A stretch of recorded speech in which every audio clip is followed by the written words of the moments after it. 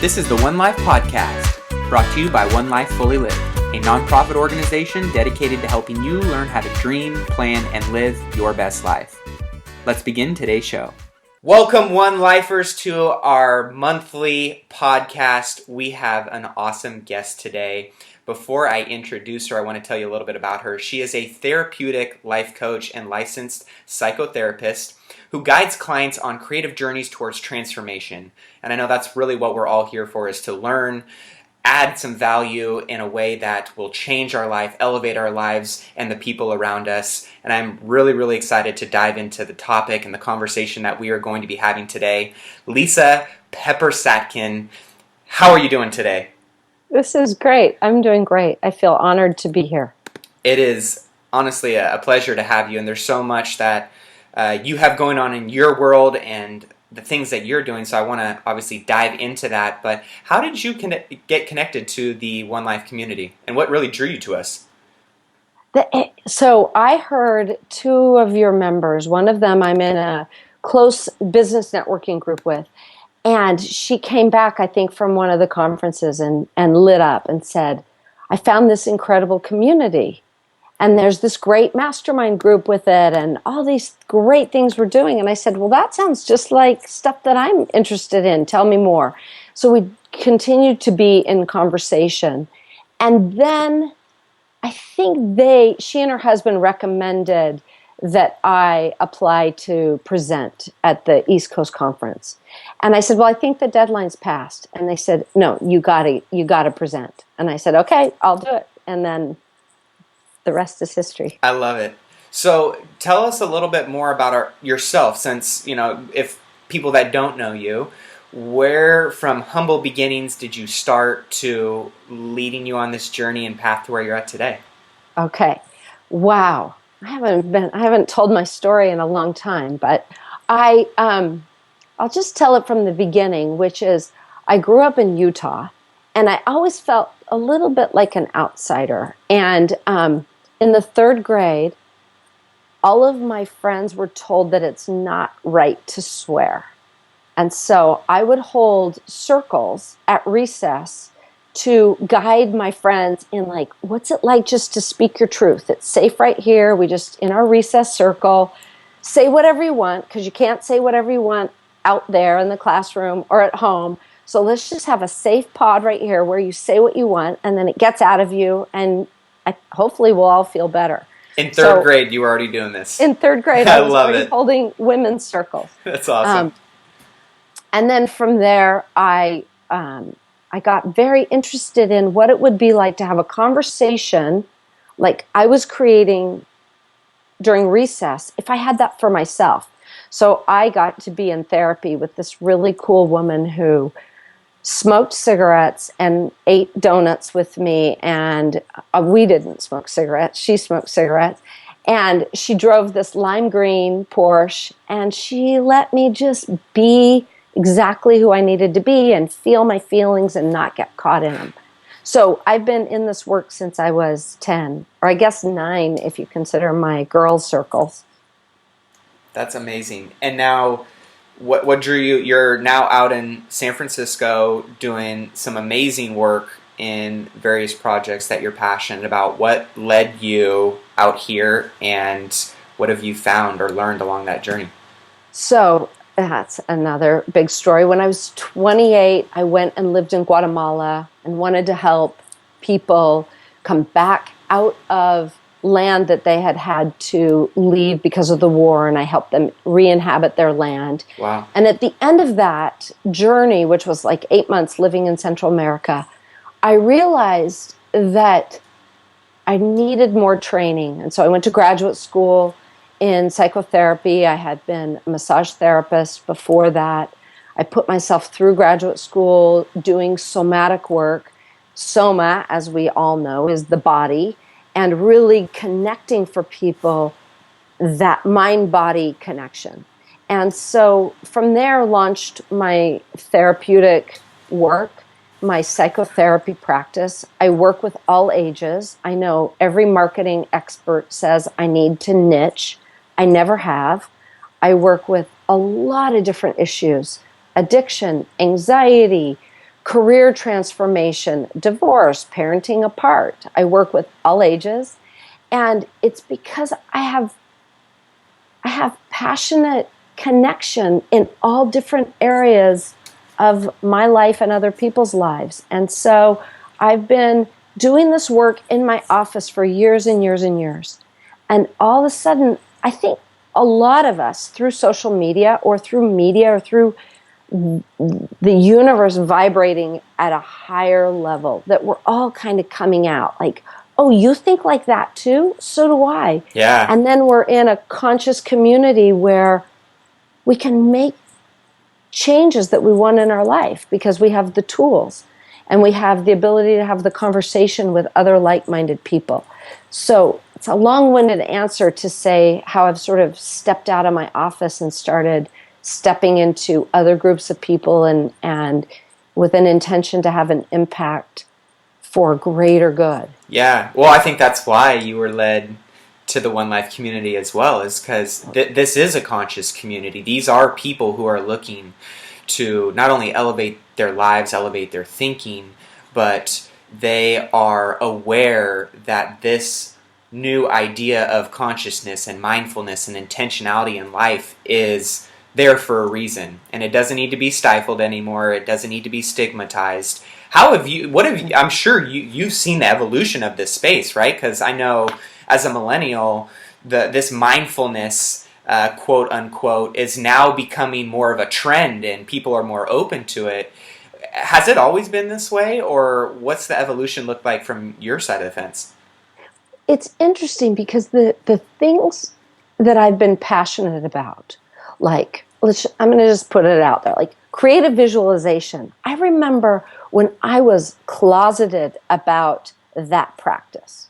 I remember a lot of these practices, things that I've done that are now the mainstream.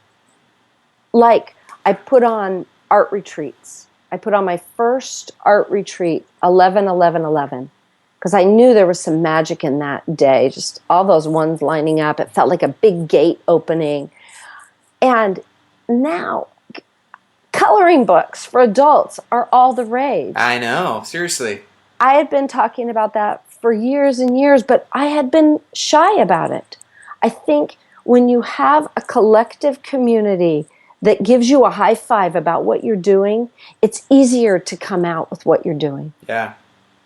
Right? So I guide myself and I talk with people about what gets in our way of really being our authentic selves, even though we know that it's spot on. I think there's still some shyness around it for people. I know there is for me. Yeah, of course. Well, there used to be. I think we all have it in some context. And how do you help someone identify that thing that might be holding them back, but they really do want to come out and, shout from the mountaintops? Or how do you help people get that confidence to open up, kind of take the armor off, take the mask off, and show and share their true authentic self? So here's, I think, something that I do that's very special for people. And it's the fact that I can listen to their histories and their stories and then apply it to what their vision is and where they want to go. So coaching usually begins from that place of, where do you want to go? Okay, what's getting in your way of going there? And then here's how I can support you in going there. What I love to do, and I love all the coaches in the world because they're helping make the world a better place, but Right. What I do that's particularly unique is I can really hold the back end of it. Why are you stuck?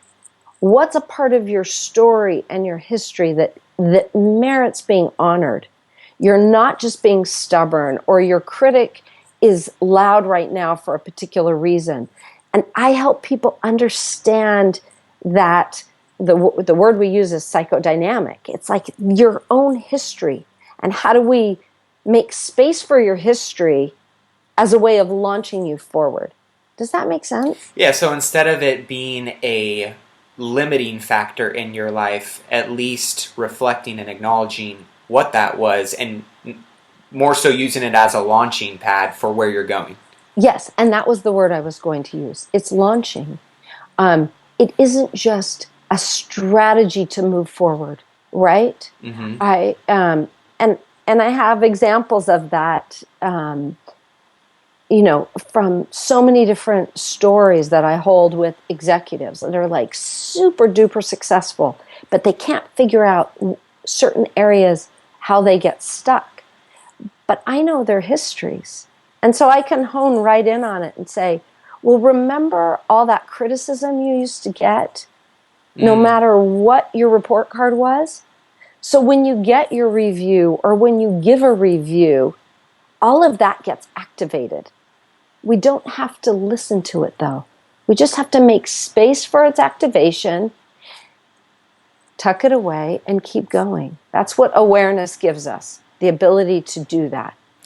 Do you think that people can identify what some of those limiting beliefs or those experiences that have kind of filed away in their subconscious mind and really have made them feel being stuck, quote unquote? Do they need someone like yourself to help them move through this? Is it something that we can do personally by reflecting, or what's the framework for moving past that stuck feeling? I think it's the mirroring that happens in a relationship where you feel safe, therapeutic, coaching, you name it, right? A spiritual teacher, a guru. It's the mirroring that happens, like somebody really seeing you. And the additional piece where you don't have to take care of them. You know, when you're having lunch with a friend, it's that give and receive, and you got to go back and forth. But when you have a relationship with someone, an entrusted professional, coach or therapist like myself, then it's this freedom to work on yourself without having to take care of the other.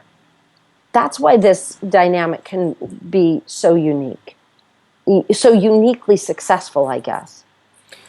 You touched on something that I thought was interesting, because I know a lot of people, stature and status, a lot of people equate to success and happiness and freedom, and yet you just touched on it, and I've personally seen it with a lot of very financially free people, and yet, the relationships suck with their spouse or their children, or they don't feel happy or fulfilled.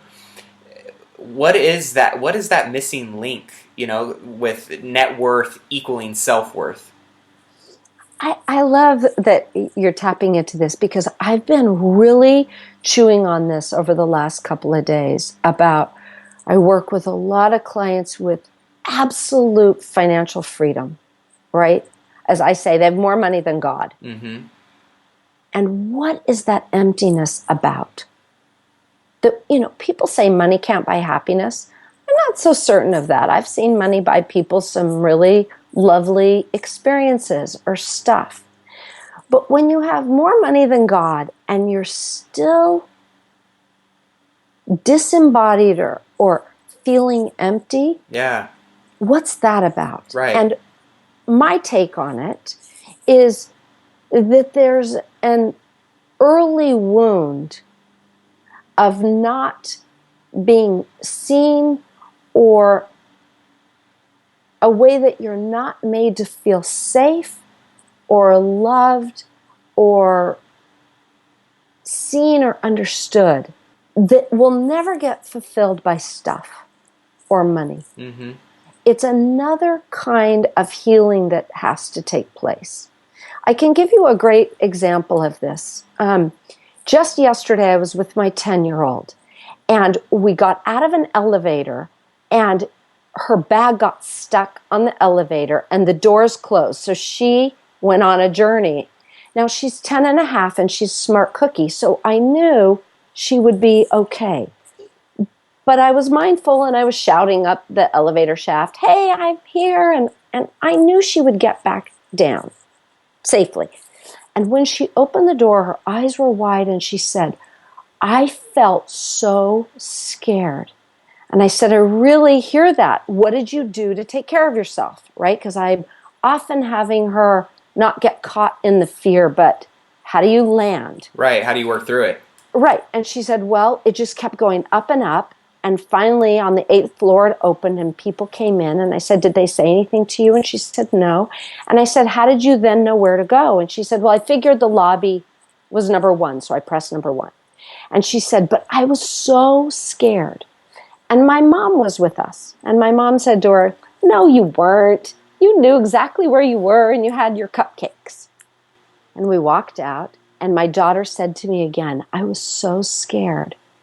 And I said to my mom, I said, I really hear that she felt afraid. She didn't get stuck. She knew she was safe and she'd find her way through. But let's make space for how scared she was in those 2 minutes. And my mom sort of said, oh, okay, and I think kind of brushed me off. But my point was that I didn't want the fear that didn't get acknowledged to lodge in her in any way, so that she has to always be afraid of elevators. Right. I wanted to acknowledge her fear.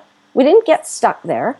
She got her way through it. We talked about it, and we talked about what she would have done. I always try and take kids through, and then what would you have done? And then what would you have done? Because it's not just to move them out of their feelings, but it's to empower them to take really good care of themselves. Yeah, that critical thinking in those kind of situations can become a confidence booster when the next time it happens or something similar happens. And I can relate to that, definitely, where there's times reflecting back where how I responded to that situation or the coaching or the result kind of reaffirmed my programming and thinking of how I was going to take action on it the next time that happened to me. And if you don't necessarily acknowledge what track you're on or decide to break off that track and create a new one, then you're going to have some kind of, negative thought or feeling, and that may impact her moving forward for the rest of her life. Right. I mean, this way she knows, actually, I did feel afraid. I wasn't stuck there, but that sensation I had in my body, I'm going to register as I felt scared. Mm-hmm. Okay, so we're all trying to live with both feeling and living. We don't want to get stuck in the feeling. That's a big piece of the work that I do with clients is, how do you not get stuck in a certain state, right? Like meditation. We don't follow our thoughts off of our cushion. We stay on our cushion and that thought moves through. And we, eventually try not to even notice the distracting thoughts. But we make room for both and, right? Both fear and I have cupcakes and I'm safe. I mean, That was her 10-year-old story. What about anxiety? How do that feeling, right? That comes up for me a lot. I hear a lot of people talk about worry or anxiety and how it almost paralyzes them from really moving into a state or a space that will serve them much more than where they're currently at. Do you deal with that often? A lot, and I'm dealing with it with a lot younger kids now. And I have some very playful, loving ways for kids to hold anxiety. So with kids, I teach them I've created this piece for kids to play in, which is, what is the mind trap that they get locked into? Mm-hmm. And whenever I talk about kids, it's for adults too, right? Of course. But you get it. So what is the mind trap? And then how do they take themselves to mind joy? So if we stick with Talia in the elevator, the mind trap is, I'm scared and I'm never going to see my mom again.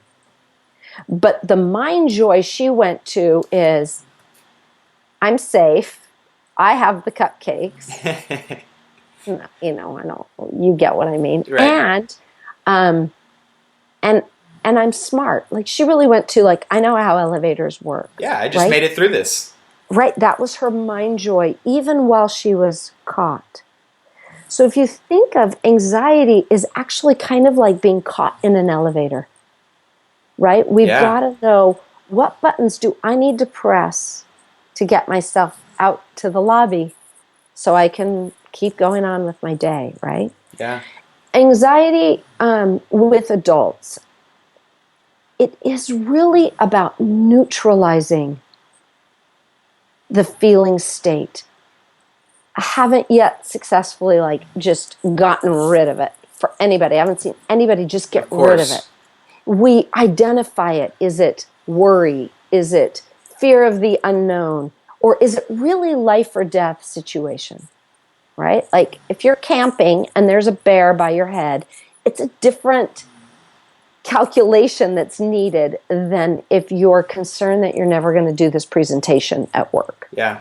So I'm working with people really successfully around how to neutralize it, how to be aware of what's going on, and what does your system need to come down.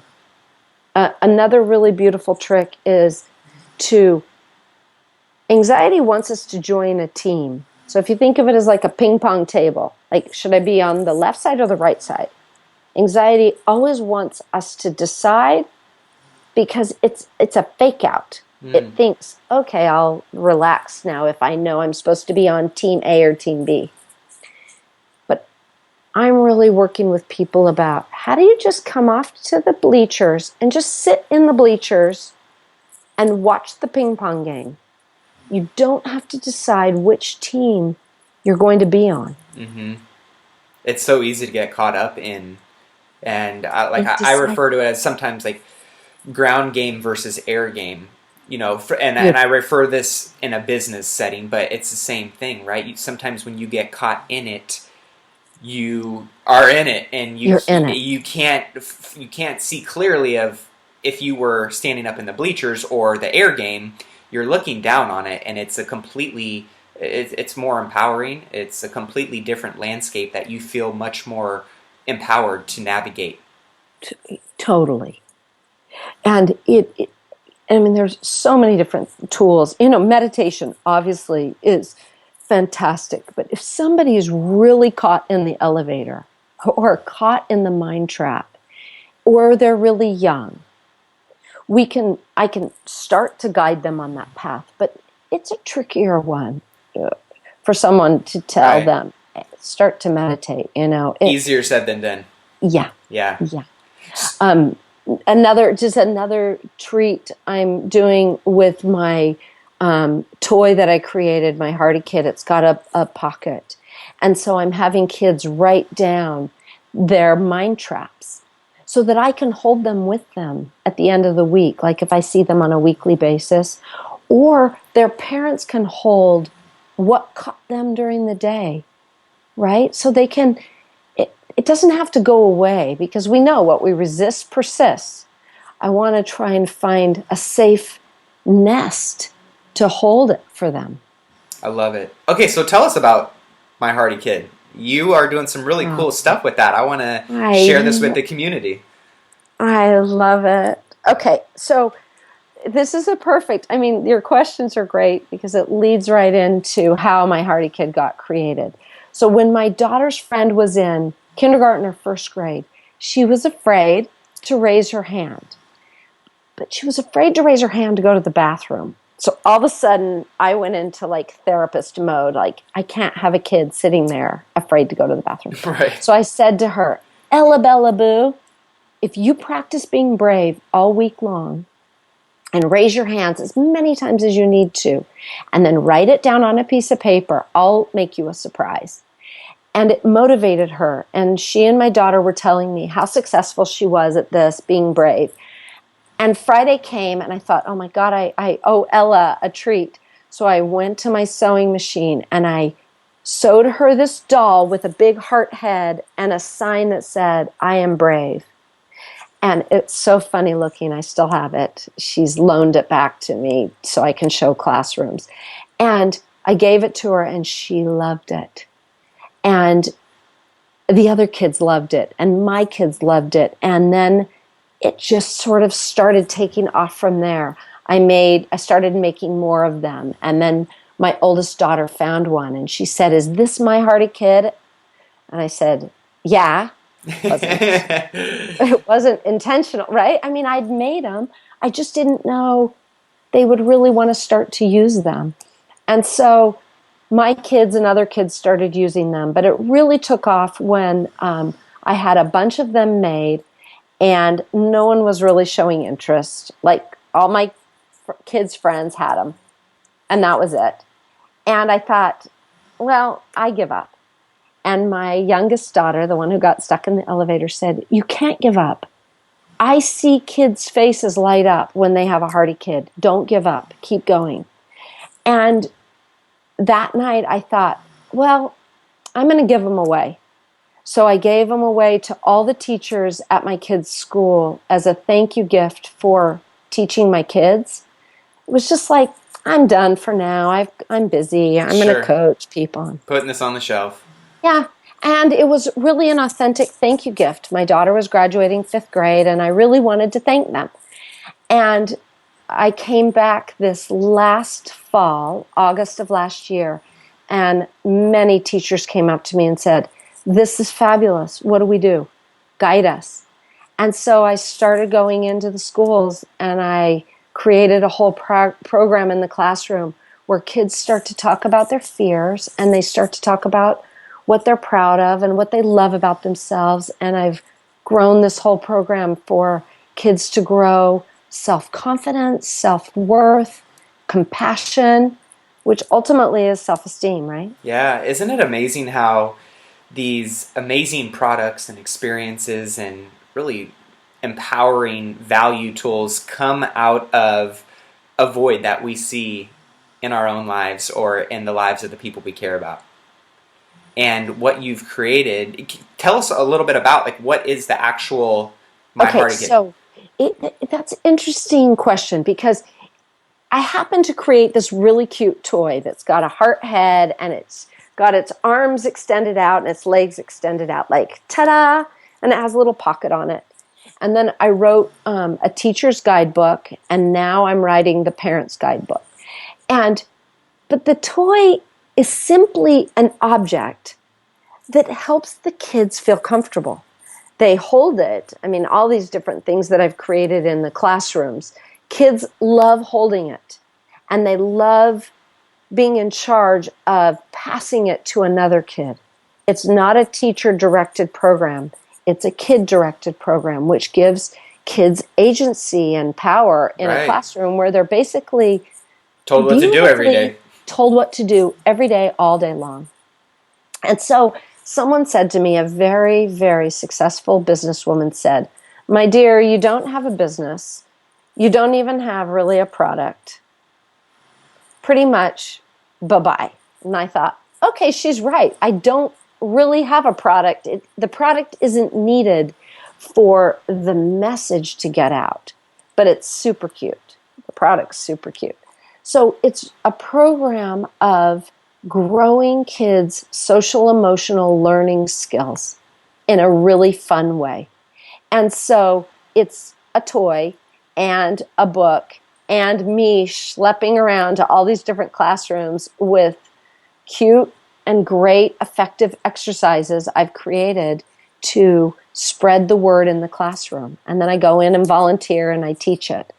So what I'm trying to do is grow it more, like a one-to-one model. When someone buys one, I donate one to another classroom, and that's taken off in a big way. But I'm full and busy, and my life is delicious, and so I need more time to put toward it. I love it. I think I want to honor you for what you're doing, because I have a 18-month-old daughter, and she's at this space in her life where her personality is growing, and you see the joy that all kids have and this true authentic self coming out every second of every day. And then we throw them out into society in this world, and we all are basically just slapped on all of this negative programming and judgment. And to see what you're doing it's very, very cool, because I want my daughter to have something like that. And I think not only does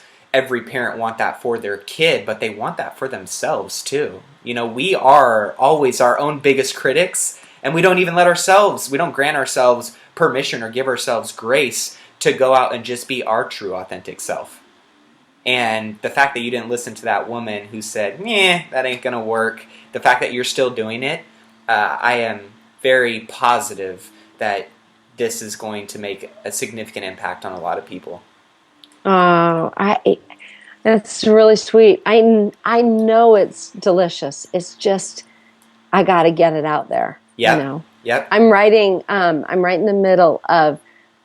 I'm going to create a crowdfund for the kids' book about Ella's story and how she spreads the love, even though she felt afraid. Right. Yeah. So that's coming too. So what is your number one focus right now that you are passionately diving into and driving with on a day-to-day? I know I'm supposed to say I have one thing. But my Hardy Kid, I'm really passionately growing. I really am. In snippets, right? Because I'm a mom, I'm a wife, I work full time. Right. And so, but it is my focus. It really is my focus. And supporting parents in the conversation. It's interesting because you and I are like-minded.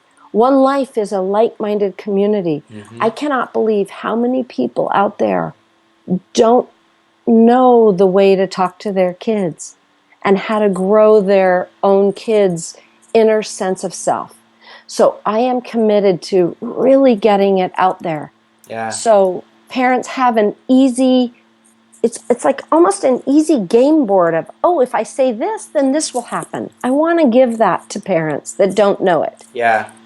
Well, it goes back to, I think, you don't know what you don't know. And for a lot of people out there, especially from a parenting standpoint, if you had an absentee parent or you had a parent that didn't instill confidence in you or didn't communicate at a high level with you, then you're probably not going to do it with your children either. That's right. So where would, is there any specific books that led you down this path, or really what exposed you to this and wanting to do this? I think the fact that I had it so early on. Mm-hmm. I had it early on in therapy. I had it early on with friends. I remember a friend's mom said to me early on, Lisa, you could sell bread to a baker. And, I think what she meant by that was a real compliment. It was like the same way, as passionate I am about spreading a conversation about kids' self-esteem, like even other moms who get it, love it, right? So Susan Stiffelman's work, Parenting Without Power Struggles. Is that a book? Yeah. Okay. That's a wonderful resource. I like her work very much. One of my most favorite people is Scott Daly of thedailygroove.com. It's a wonderful parenting email that comes out regularly. Awesome. Thedailygroove.com. I'm always reading. I'm always digesting. I probably invest too much in other people's great work, but I don't know if there is such thing as too much. I don't know. I'm a book addict. If I have an addiction, it's a book addiction. What's the last book you've picked up? Big Magic. What's that about? Elizabeth Gilbert's book. So she wrote Eat, Pray, Love, which I was not so hotsy-totsy for. But somebody gifted me Big Magic. And one thing in it that she talks about, which is so brilliant, is ideas find people. And if you don't pay attention to that idea, the idea will travel and find another person. And I needed to hear that at the next My Hardy Kid juncture, right? Because it's hard to self-fund a passion project. Right. And I thought, that's what My Hardy Kid is. It's an idea that landed on me, and it stuck with me, and it loves me because I keep, nourishing it and keep going. I haven't let it fly off to somebody else. That's awesome. Okay, are you ready? We are getting into the section called the lightning round. So it's a series of quick questions that you'll answer, one word, short sentence. No pressure. On your mark, get set, go. What's your favorite social media platform? Is it okay if I say Facebook? Of course. I mean, it's the biggest one out there. I think it's becoming the Google of how we reach and connect with our audiences. And my 12-year-old's trying to get me more onto Instagram. So Instagram is great as well. I use that a lot for, obviously the hashtagging allows you to connect with people that are searching specifically for that, title or tag. Right. I like how Facebook connects people. I like the positives of it. I know a lot of the negatives, but I like the positives of it, which is what I sink into. I love it. What's one place you're traveling to this year that you're excited about? We always go up the coast to Sea Ranch, and last year we didn't do that because we got a new dog, and it was a big mistake. We need family time by the ocean, sitting there. Just sitting by the ocean as a family is crucial to my family's well-being. I love it. What's your favorite app on your phone right now? My Google Drive. That is the hottest, bestest, most strategic, efficient tool. I love it. Google's amazing. They just continue to innovate and elevate. I love it. Here's a good question for you, and I'm going to guess that it happens extremely often, but I could be wrong. Yes, you're right. How often do you hug, high five, or say hi to a stranger? Oh, that's just me. I can tell. I love that part of life. Like, why not? We're all isolated enough with our devices. So to have a breath of fresh air of connection where you say hello to someone or have a cup of coffee or have a talk with someone in the coffee shop, that juices me every day. Yeah, I heard Robert Herjavec from Shark Tank say this was the number one best thing that his dad ever taught him was everybody has something fascinating about them. It's up to you to find out what that is. Yeah. And it's so true. We pass by strangers every day. Everybody's got a story. Everybody's got some kind of value to add to your life. But it's up to us to sometimes ignite and engage with that. Yeah, and to stay with that conversation, like at networking events. Go beyond what the person does.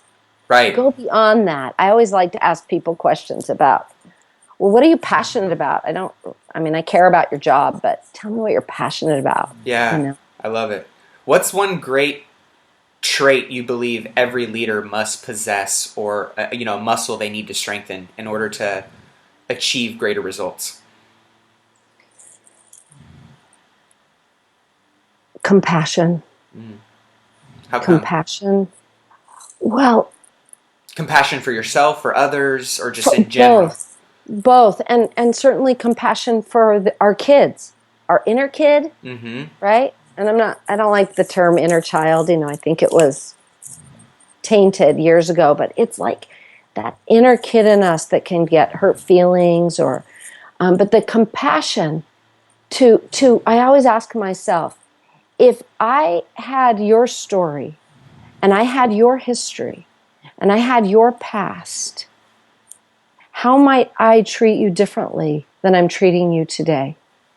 If I really had compassion for where you're coming from, then it's not about my ego, whether you like me or not, or whether you're responding to me or not in the way that makes me feel good. Right. Right?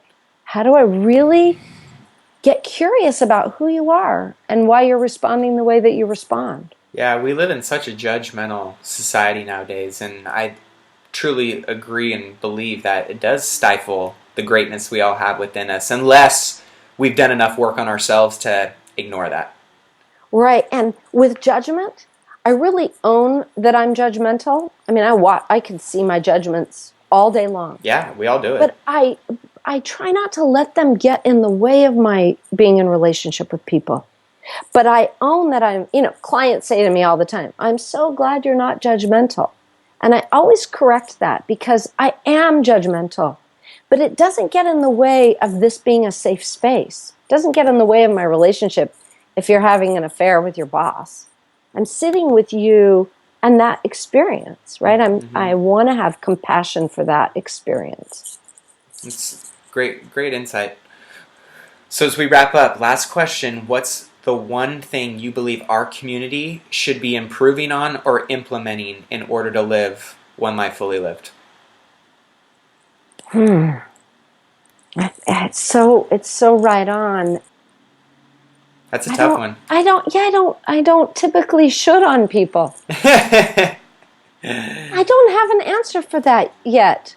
Can I get back to you after I've been involved longer? Absolutely. And you've already shared so much value in this episode that I'm sure that our guests have already got a page full of notes. I've been taking notes secretly while you've been sharing. Absolutely. So I want to thank you. I want to honor you for sharing your experience, your journey, and just the awesome stuff you're doing. You don't hear, I wish we heard about this more. I wish it was out there more, and we really don't. So thank you so much. And I know that your speech and the content you're going to be sharing with our community is going to be well received and going to make an impact in many people's lives. So thank you so much, Lisa. Thank you very much, Maddie. I commit to being here to support your daughter. I love it. And the fact that you called me Maddie, you knew my nickname, just makes us instant best friends. So thanks so much. Have a good day. You too. Thank you so much for tuning in today. If you haven't already, please be sure to join our Facebook page at the One Life Community, or you can check us out at onelifefullylived.org. There'll be information about upcoming events, podcast guests, and some great tools and resources for you guys on there that you will not want to miss out on. Now go out, make the best of your day, and live your life fully lived. Don't you take the day for granted. Gotta live life fully every day.